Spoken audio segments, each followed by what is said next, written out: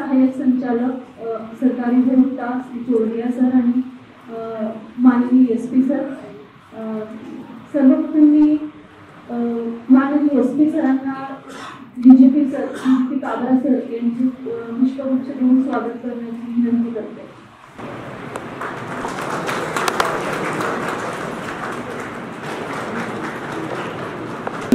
कार्यशाळेची आमच्या उपस्थित आजच्या कार्यक्रमाच्या अध्यक्ष माननीय महेश्वर रेड्डी सर, पोलीस अधीक्षक जळगाव, माननीय अशोक नाकाटे सर, अपर पोलीस अधीक्षक जळगाव, काबरा सर, चोरडिया सर, उपस्थित विविध कॉलेजचे प्राचार्य, विविध सामाजिक संघटनांचे सदस्य, पत्रकार बंधू, लॉ कॉलेजचे विद्यार्थी आणि आमच्या मतदार.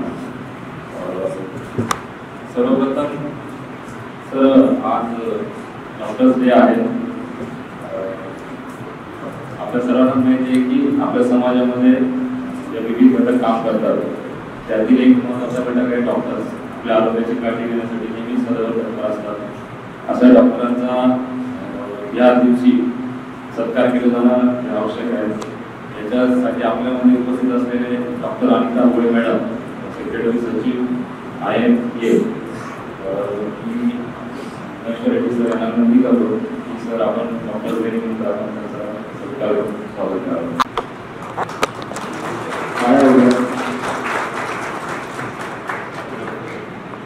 काम सुरू केलेलं आहे आणि सर आपण देखील डॉक्टर आहात. आपलं देखील स्वागत आमच्या MA कॉलेजचे प्राचार्य बारांबे सर आणि लॉ कॉलेजचे मनियार लॉ कॉलेजचे प्राचार्य रेड्डी सर करू इच्छितात. त्यांना विनंती करतो की आपण सरांचं स्वागत करावं.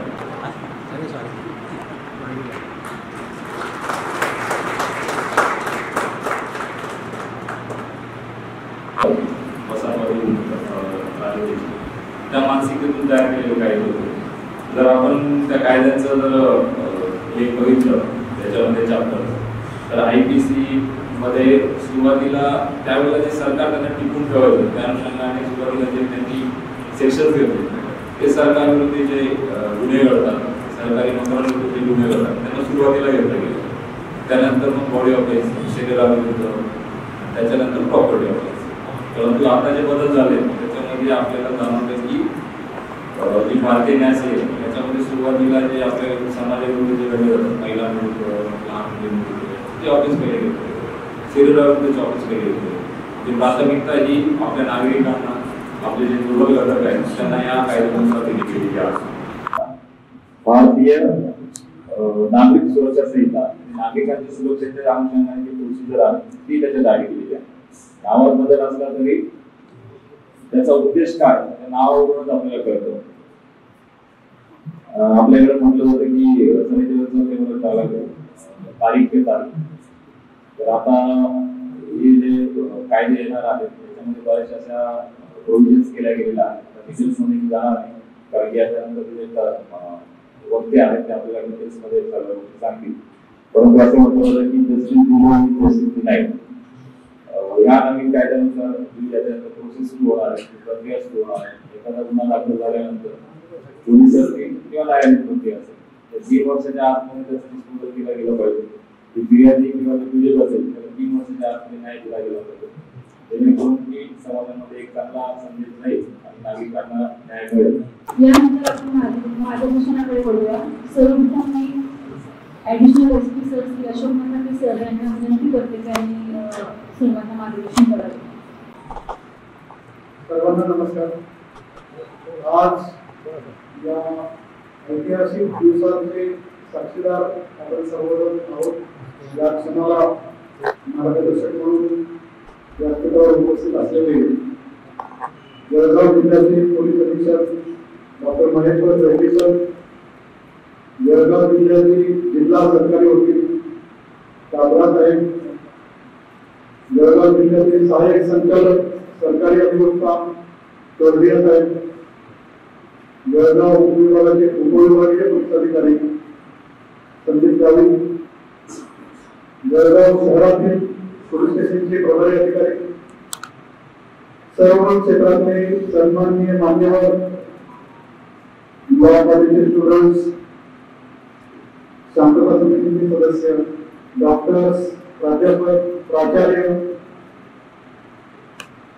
पोलीस अंमलदार, पत्रकार बंधू, सर्व नागरिक बंधू आणि भगिनी, जवळजवळ 100 ते 165 वर्षापासून ब्रिटिशांनी केलेले कायदे भारतीयांनी आता बदललेले आहेत. भारतीयांसाठी तयार केलेले भारतीय कायदे आजपासून अंमलात आलेले आहेत. रात्री 12 वाजता हा इतिहास घडला.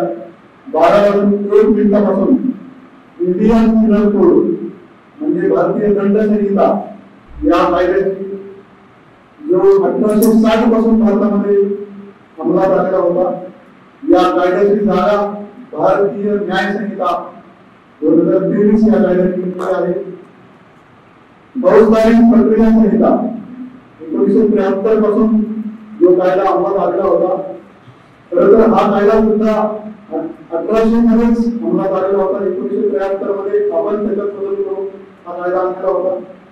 या कायद्यामध्ये सुद्धा बदल करून त्याच्या जागी भारतीय नागरिक सुरक्षा संहिता असा नवीन कायदा 2023 आपण अंमलात आणलेला आहे रात्रीपासून. आणि 1872 पासून अंमलात असलेला भारतीय साक्षर अधिनियम इंडियन एव्हिडन्स ऍक्ट, त्याच्या ऐवजी भारतीय साक्षर अधिनियम 2023 हा कायदा आपण रात्री 12:01 पासून अंमलात आणलेला आहे. सगळ्यात महत्त्वाचा बदल जर या कायद्यामधला सांगायचा झाला तर टेक्निकल गोष्टी जर आम्ही आता सांगायला लागलो तर भरपूर नागरिक असे आहेत की त्यांचा कायदेशीर प्रक्रियेशी फारसा संबंध येत नाही. त्याच्यामुळे त्यांच्यासाठी ते कंटाळवाणं होईल. त्याच्यामुळे मुख्य प्रोव्हिजन्स नवीन कायद्यामध्ये केलेले आहेत आणि ज्या आपल्याला समजतील अशा सोप्या भाषेमध्ये सांगायचा मी प्रयत्न करतो. टायटल मध्ये आपण बदल लक्षात घेतला तर भारतीय दंड संहिता इंग्रजांनी केलेला कायदा, त्याच्यामध्ये भारतीय गुन्हे करणार आहेत आणि त्यांना दंड देणार आहे आपल्याला. अशा मनस्थितीमधून, अशा मानसिकतेमधून हा कायदा केला गेलेला होता. आणि वर्षानुवर्ष पारंपरिक पद्धतीनं हा कायद्याची आपण अंमलबजावणी करत होतो. वेळोवेळी याच्यामध्ये काही बदल केले गेले परिस्थितीनुसार, परंतु या कायद्यामध्ये भरपूर तरतुदी या कालबाह्य झालेल्या होत्या आणि आत्ताच्या परिस्थितीमध्ये त्या व्यावहारिक नव्हत्या. त्याच्यामुळं आपण त्याच्या जागी जो कायदा आणलेला आहे भारतीय न्याय संहिता म्हणजे दंड हा शब्द वापरायचा आपण सोडून दिलेला आहे. त्याच्या जागी न्याय हा शब्द आपण आणलेला आहे. याचा अर्थ आम्हाला भारतीय नागरिकांना दंड करणे हा आमचा मुख्य उद्देश नाही, तर त्यांच्यावर अन्याय झालेला आहे, अत्याचार झालेला आहे, त्यांना न्याय देणे हा कायद्याचा मुख्य उद्देश आपला आहे. हा सगळ्यात मोठा मूलाधार बदल या कायद्यामध्ये घडून आलेला आहे. त्यामुळं एक सकारात्मक दृष्टिकोनाने या कायद्याकडे पाहायला आपल्याला आता हरकत नाही. दुसरा आहे फौजदारी प्रक्रिया संहिता, क्रिमिनल प्रोसिजर कोड. कायद्याच्या नावातच क्रिमिनल आहे, म्हणजे आपल्याला नागरिकांना किंवा भरपूर लोकांना क्रिमिनल गृहीत धरून हा कायदा केलेला आहे. त्या क्रिमिनल किंवा प्रोसिजर काय करायचे. भारतीय दंड संहिता होता, त्याच्या जागी हा भारतीय न्याय संहिता कायदा आलेला आहे.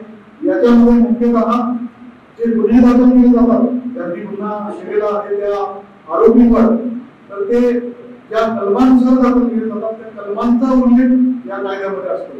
ती कलम ज्या कायद्यानुसार लावली जातात गुन्हा दाखल करताना, ती कलम या भारतीय दंड संहितेमध्ये होती, जी आता भारतीय न्याय संहितेमध्ये आहे. म्हणजे गुन्हा दाखल करण्यासाठी कोणत्या कलमाचा वापर होणार आहे याचा उल्लेख भारतीय न्याय संहितेमध्ये केलेला आहे. आणि गुन्हा दाखल झाल्यानंतर त्याच्यावर जी कायदेशीर प्रक्रिया आपण करतो, म्हणजे गुन्हा दाखल ज्या प्रक्रियेनुसार होतो, त्याचा तपास ज्या प्रक्रियेनुसार होतो, तपास झाल्यानंतर कोर्टामध्ये दोषारोपपत्र कायद्यानुसार दाखल होतं आणि त्यानंतर आरोपींना साक्षीदारांना समन्स वॉरंटच्या कायद्यानुसार काढले जातात. आणि आरोपीवर दोषारोपपत्र दाखल झाल्यानंतर कोर्टात जो खटला जातो आरोपीवर, तर त्या खटल्याच्या कायद्यानुसार चालतो आणि आरोपीला शिक्षा करण्यासाठी ट्रायल कायद्यामध्ये प्रोव्हिजन दिलेली आहे. तर ती ट्रायल आहे ही फौजदारी प्रक्रिया संहितामध्ये होती की आता आपल्याला भारतीय नागरिक सुरक्षा संहिता म्हणजे गुन्हेगारी म्हणजे फौजदारी प्रक्रिया संहिता म्हणजे क्रिमिनल प्रोसिजर कोड त्याच्या जागी आपण नागरिक सुरक्षा म्हणजे गुन्हेगारीच्या ऐवजी नागरिक सुरक्षा नागरिकांची सुरक्षा हा मुख्य हेतू याच्यामध्ये आहे आणि हा कायदा त्या पद्धतीने आपण आणलेला आहे. तिसरा कायदा आहे साक्ष अधिनियम. या कायद्यामध्ये साक्ष अधिनियमच त्याचं नाव आपण ठेवलेलं आहे परंतु खूप मोठे बदल या कायद्यामध्ये आता केलेले आहे. मागच्या 150 वर्षांमध्ये आपण समाजामध्ये बदल झाले, तंत्रज्ञानामध्ये बदल झाले, गुन्हेगारांमध्ये बदल झाले, गुन्हे करण्याच्या पद्धतीमध्ये बदल झाले, गुन्हेगारांनी जे टेक्निक वापरतात त्याच्यामध्ये बदल झाले, पारंपरिक गुन्ह्यांची जागा आता आर्थिक गुन्हे आणि सायबर क्राईम घेतलेले आहे. अशा परिस्थितीत जे पारंपरिक पद्धतीने पुरावे गोळी पडायचे कोर्टामध्ये तर त्या पुराव्यांची जागा आधुनिक पद्धतीने पोलिसांनी तपास करत असताना गोळा केलेले पुराव्यांनी घ्यावी असं अभिप्रेत होतं. परंतु या कायद्याच्या मर्यादामुळे जे पुरावे कोर्टामध्ये ग्राह्य धरले जात होते तर ते सर्व प्रकारचे पुरावे कोर्टामध्ये ग्राह्य धरले जावे याच्यासाठी मुलाखत बदल या भारतीय पुरावा अधिनियममध्ये साक्ष अधिनियममध्ये त्याच्यामध्ये केलेले आहे. पुरावा कायदा त्याच्याऐवजी साक्ष अधिनियम हा नाव दिलेला आहे. म्हणजे साक्ष देताना कोर्टामध्ये साक्ष देताना तपासी अधिकाऱ्याला तसंच साक्षीदाराला जे जे माध्यमाचा वापर आता करता येतो आणि जे कोर्टामध्ये गृहीत धरले जाणार आहे हा त्याच्यामध्ये मुख्य बदल आपण केलेला आहे. या आयपीसी जे कोड होतं त्याच्यामध्ये 511 कलम होते ते आता 358 कलम फक्त भारतीय न्यायसंहितेमध्ये ठेवलेले आहे. जो फौजदारी प्रक्रिया संहिता होती त्याच्यामध्ये 484 कलम होते आता त्याच्या जागी कलम वाढवून 531 कलम करण्यात आलेली प्रक्रिया आहे तपासाची त्याच्यामध्ये. आणि जे एव्हिडन्स ऍक्ट होता भारतीय पुरावा कायदा त्याच्यामध्ये 167 कलम होते त्याच्या जागी 170 कलम भारतीय साक्ष अधिनियमामध्ये अंतर्भूत करण्यात आलेले आहे. तुम्हाला मी फक्त अतिशय सोप्या भाषेमध्ये मुख्य मुद्दे सांगतो याच्यामध्ये काय आपण नवीन आलेला आहे. आता याच्यामध्ये ऑफरन्स जे आहे ते आता 30 जूनला रात्री 12 वाजता जुने कायदे संपुष्टात आले परंतु ते जुन्या कायद्यानुसार घेतलेले आहेत आणि जुन्या कायद्यानुसार दाखल झालेले आहेत. त्याचं जे प्रोसिजर चालणार आहे कोर्टामध्ये तर ती चालणार आहे ती जुन्या कायद्यानुसारच चालणार आहे. 30 जूनच्या अगोदर दाखल झालेल्या गुन्ह्याची पूर्ण प्रक्रिया म्हणजे आरोपीला शिक्षा होईपर्यंत किंवा कोर्टाचा फायनल निर्णय येईपर्यंत त्याची प्रक्रिया मात्र जुन्या कायद्यानुसार चाललेला आहे. फक्त याला डेडलाईन आपल्याला गव्हर्नमेंटने दिलेली आहे की 3 वर्षाच्या आत सगळी प्रक्रिया संपवायचं आपण उद्दिष्ट ठेवलेलं आहे. म्हणजे जुने कायदे पूर्णपणे त्याची प्रक्रिया कोर्टात चालणारे जे खटले आहेत 3 वर्षामध्ये पूर्ण करायचं म्हणजे अजून 3 वर्षानंतर 100% पूर्णपणे नवीन कायद्यानुसार कार्यपद्धती सगळी कोर्टामध्ये चालेल असं याच्यामध्ये उद्दिष्ट आहे. जर पुन्हा 1 तारखेनंतर आता दाखल झाला परंतु जर भेटलेला असेल पूर्वी म्हणजे 25 जूनला प्रकार घडलाय 1 तारखेनंतर तो आता दाखल झालाय तर तो दाखल जुन्या कायद्यानुसारच होईल फक्त त्याचा तपास नवीन कायद्यानुसार होणार आहे. 1 तारखेनंतर घडला आहे 1 तारखेनंतरच दाखल होतो मध्ये तर त्याचा तपास आणि त्याचे दाखल हे दोन्ही नवीन कायद्याप्रमाणे होणार आहे. हे मुख्य याच्यामध्ये पॉईंट आहे. त्याच्यानंतर पोलीस कस्टडीमध्ये जे गुन्ह्यामध्ये पोलीस कस्टडी जाते त्याच्यामध्ये जो मुख्य बदल केलेला आहे अगोदर साधारण 14 दिवसाची पोलीस कस्टडी कुठल्याही गुन्ह्यात दिली जायची. कोर्टामध्ये समजा 5 दिवस पोलीस कस्टडी दिली आहे नंतर एखादा दिवस दिली आणि त्याला मॅजिस्ट्रेट कस्टडी दिली नंतर त्यांना जेलमध्ये पाठवलं जातं. तर त्याच्यानंतर जर आपल्याला कुठल्या तपासामध्ये पुरावे सापडत असतील किंवा दुसरे अटक आरोपीकडून काही आपल्याला मिळत असेल तपासामध्ये महत्वाची माहिती तर जे जुने आरोपी पोलीस कस्टडी संपूर्ण न्यायालयीन कस्टडी गेलेले आहे त्याची कस्टडी आपल्याला पुन्हा मिळत नव्हती त्याच्यामुळे तो तपास करता येत नव्हता. आता हा सगळ्यात महत्वाचा बदल जो नवीन कायद्यावर झाला आहे तर तो गुन्हा दाखल झाल्यापासून जवळपास 40 दिवसापर्यंत तो तपास अधिकारी त्या न्यायालयीन चौकटीमध्ये गेलेल्या आरोपीला सुद्धा कोर्टाला विनंती करून किंवा अर्ज करून पुन्हा त्याची कस्टडी घेऊ शकतो जर त्याची 14 दिवस कस्टडी पूर्ण झालेली नसेल तर. म्हणजे उदाहरणार्थ 14 पैकी 7 दिवस पोलीस कस्टडी घेतली आणि तो आरोपी न्यायालयीन चौकटीत गेला आणि दुसरा आरोपी अटक केल्यानंतर आपल्याला पहिल्या आरोपींनी माहिती दिलेली नव्हती, परंतु ती माहिती आता नवीन मिळाली आणि आपल्याला त्याला पुन्हा ताब्यात घ्यायचंय, तर आपण कोर्टाला विनंती करून ऍप्लिकेशन देऊन पुन्हा त्या आरोपीला ताब्यात घेऊ शकतो, न्यायालयीन कोठडीत देऊन पुन्हा तपास करतो. म्हणजे हा अतिशय चांगला बदल नवीन कायद्यामध्ये झालेला आहे. आता एक मोठी कारवाई ऑर्गनाइज्ड क्राईम किंवा संघटित गुन्हेगारी, तर खूप सिरियस आणि सिरियस गुन्ह्यामध्येच ही आपल्याला कारवाई करता येत होती. त्याला पण खूप अटी होत्या आणि खूप त्याला मर्यादा होत्या. तर आता तो महाराष्ट्रापुरताच कायदा होता.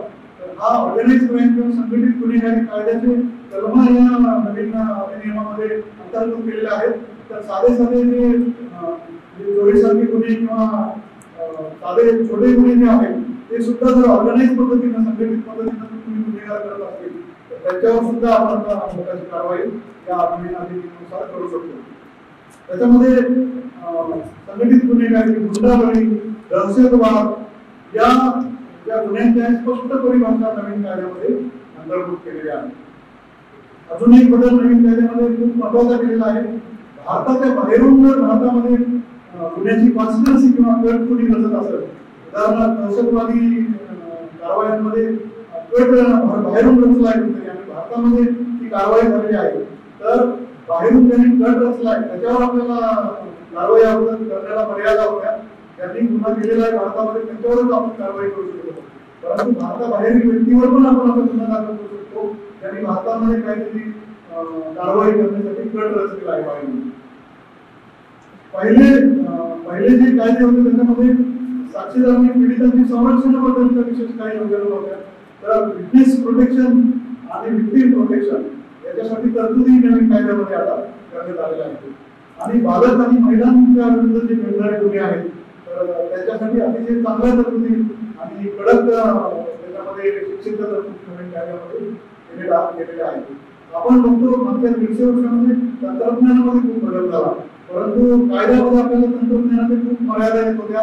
म्हणजे कोर्टामध्ये डिजिटल एव्हिडन्स असतील किंवा मोबाईल मध्ये व्हिडिओज असतील, रेकॉर्डिंग असेल, कॉल व्हॉइस मेल असेल, मेल असतील, व्हॉट्सअप मेसेज असतील, तर याच्यामध्ये खूप अडचणी येतात त्याला कोर्टामध्ये पुरावा ग्रहीत करण्यासाठी.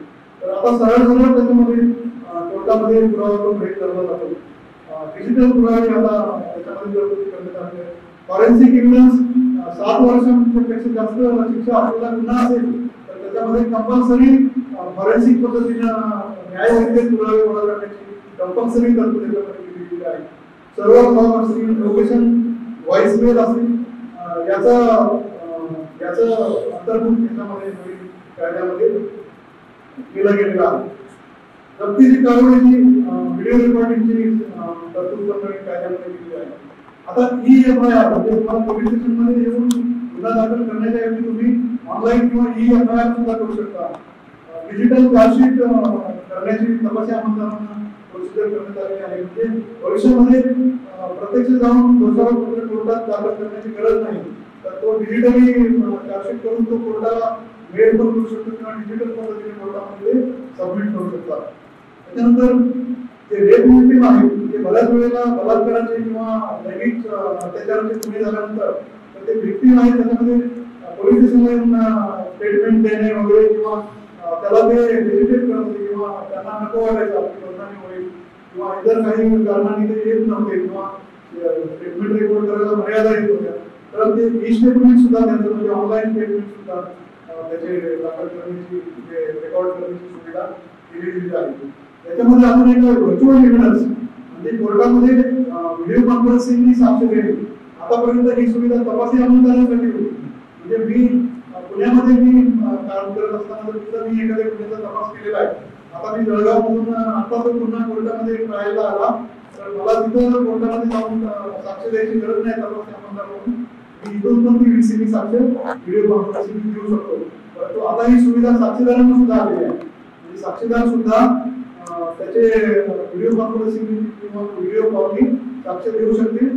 फक्त त्याच्यामध्ये जिल्ह्यामध्ये म्हणजे जळगाववरून आपल्याला ती साक्ष द्यायची आहे तर असाईन केली जाणार ठिकाण तिथे जाऊन ते साक्ष देऊ शकतात. झिरो FIR ची सुद्धा सुविधा आता ऑथोराइज केलेली आहे. म्हणजे एखादा गुन्हा दुसऱ्या ठिकाणी घडलेला आहे परंतु त्याची कंप्लेंट तुम्हाला इथून द्यायची आहे तर बऱ्याच वेळेला असं होतं की पोलीस स्टेशनला सांगितलं जातं की त्या भागात घडलेला गुन्हा आहे तर तुम्ही तिकडे जाऊन तक्रार द्या. तर जिओ एफआयआर तुम्हाला कुठेही गुन्हा दाखल करता येईल, तिथून तो पुन्हा त्या पोलीस स्टेशनला जाऊ शकतो. ऑनलाईन कंप्लेंट्स आपण ऑथराईज करू शकतो. आता सगळ्यात मोठा प्रॉब्लेम हा समन्स वॉरंटचा एक होता. समन्स जे आहे साक्षीदारांना किंवा आरोपींना किंवा तपासी अंमलदारांना जे कोर्ट बजावतं तो खटला कोर्टात आल्यानंतर सुनावणीसाठी, तर बऱ्याच वेळेला आम्हाला ते समन्स किंवा वॉरंट बजावता येत नाही वेगवेगळ्या कारणांनी. पत्त्यावर तो आरोपी सापडत नाही किंवा तो मिळत नाही, दुसरीकडे गेलेला आहे. तर आता तिथे मोबाईल नंबर, ईमेल अकाउंट काही असेल तर SMS, email, WhatsApp message electronic पद्धतीने सुद्धा आम्ही त्यांना समन्स वॉरंट बजावू शकतो. याला मान्यता, सरकारी मान्यता आता या कायद्यानुसार देण्यात आलेली आहे. आणि जो गुन्हे आहेत सिरियस गुन्हे त्याच्यामध्ये कंपल्सरी व्हिडिओ रेकॉर्डिंग करायचं आहे. त्याचं जे घटनास्थळ पंचनामा किंवा क्राईम सीनचं पंचनामा आपण करतो तर त्याची कंपल्सरी व्हिडिओ रेकॉर्डिंग तपासी अंमलदार किंवा त्या यंत्रणेने करायची आहे ही तरतूद त्याच्यामध्ये आम्ही केली गेलेली आहे. आणि सगळ्यात महत्त्वाचा मी शेवटचा मुद्दा मी सांगतो, कारण आपल्याला जिल्हा सरकारी आणि आदरणीय साहेबांचं पण मार्गदर्शन घ्यायचं आहे. तर मी एक शेवटचा मुद्दा सांगतो. आपण कधी देवाला पिक्चरमध्ये बघितलं आहे त्याचा जो डायलॉग आहे, तारीख पे तारीख, तारीख पे तारीख, तारीख पे तारीख, तारीख ही मिल जाती है लेकिन हिसाब नहीं मिलता. तर आता ह्याच्यात खूप नवीन कायद्यामध्ये बदल झालेला आहे. तो म्हणजे सुनावणी दोषारोप पत्र दाखल केल्यानंतर मार्क्स घेण्यासाठी कंपल्सरी केलेलं आहे कोर्टाला, न्यायालयांना. आणि दोषारोप म्हणजे हिअरिंग पूर्ण झाल्यानंतर 45 दिवसाच्या आतमध्ये त्याच्यावर निकाल द्यावा असं त्याच्यामध्ये कंपल्सरी तरतूद केली गेलेली आहे. तर एक मुख्य तरतुदी मी आपल्याला नवीन कायद्यामध्ये सांगितलेल्या आहेत. त्याच्याशिवाय खूप अतिशय सकारात्मक आणि आमूलाग्र असे बदल नवीन कायद्यामध्ये केले गेलेले आहेत. आणि त्याच्या जनजागृतीसाठी म्हणजे नागरिकांना आपल्याला समजायला पाहिजे की आता आपल्या भारताचे कायदे आपल्याला लागू झाले आहेत आणि भारतीयांसाठी भारतीयांच्या मार्फत तयार केलेले कायदे आता अंमलात आलेले आहेत. हा ऐतिहासिक क्षण आहे भारताच्या न्याय व्यवस्थेमध्ये आणि त्याचे आपण सर्व साक्षीदार या क्षणाला झालेलो आहोत. त्याने सुद्धा जनजागृतीचा आपण हा कार्यक्रम आयोजित केलेला आहे. त्याच्या निमित्तानं मी सर्वांचं स्वागत करतो, शुभेच्छा देतो. तसं जर पाहिलं तर 3 कायद्यांपैकी भारतीय साक्ष अधिनियम म्हणजे पूर्वीचा भारतीय पुरावा कायदा हा दिवाणी आणि फौजदारी दोन्ही ठिकाणी लागू होतो. त्यामुळे फक्त फौजदारी कायदा आहे असं आपण डोक्यातून काढून टाकलं पाहिजे. कारण जेवढी दिवाणी प्रक्रियांमध्ये दिवाणी दावे म्हणजे संपत्तीशी रिलेटेड, भावबंदीशी रिलेटेड, वैवाहिक वादाशी रिलेटेड किंवा मिळकतींच्या मार्गे हक्काबद्दलचे वाद असतील खरेदी याच्यामध्ये, तर ते दिवाणी वाद तिथे सुद्धा पुरावा कायद्याचं तेवढंच काम आहे.